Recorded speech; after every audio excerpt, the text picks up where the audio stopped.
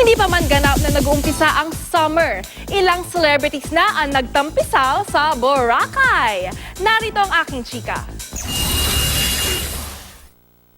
Sinalubong ng pamilya ng hot mama na si Ina Raimundo ang summer sa Boracay. Dito nag-birthday ang kanyang anak na si Anika.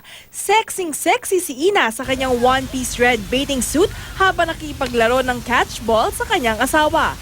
Pero nahinto ito nang dumating ang anak nilang si Minka na tila may problema. Let's go, baby!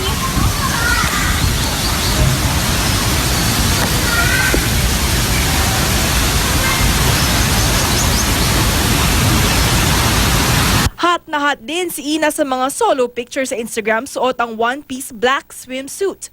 Mas pinainit naman ng Brazilian actress na si Diana Meneses ang Boracay sa kanyang one-piece black swimsuit. Sa isa pang photo, sexing-sexy rin si Diana sa kanyang one-piece red swimsuit. Nakadagdag pa sa ganda ng litrato ang naglalabang liwanag ng araw at anino ng mga tinamaan ng sinag nito. Damang-dama ang saya ni Bettina Carlos sa pinost niyang jump shot photo sa Instagram habang nagbabakasyon din sa Boracay. Pero kahit seryoso ang emote, kitang-kita pa rin ang kanyang ganda.